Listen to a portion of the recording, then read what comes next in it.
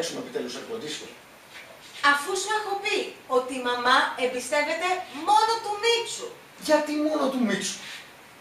Γιατί του Μίτσου είναι φιλικό προς το περιβάλλον. Δεν εκμεταλλεύεται την παιδική εργασία. Αναζωπυρώνει το συλλογικό φαντασιακό για μια πιο δίκαιη, μη καταναλωτική κοινωνία και έχει άμεση παράδοση.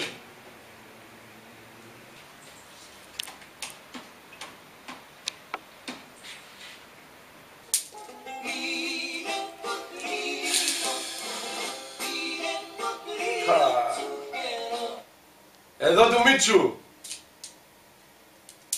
Έφτασε.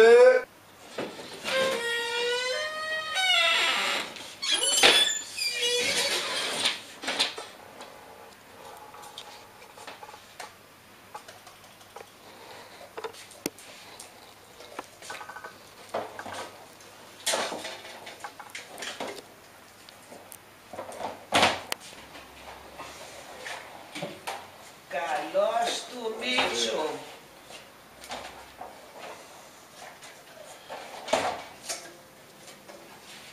Καλορίζικο. Ευχαριστούμε πολύ, παιδί μου.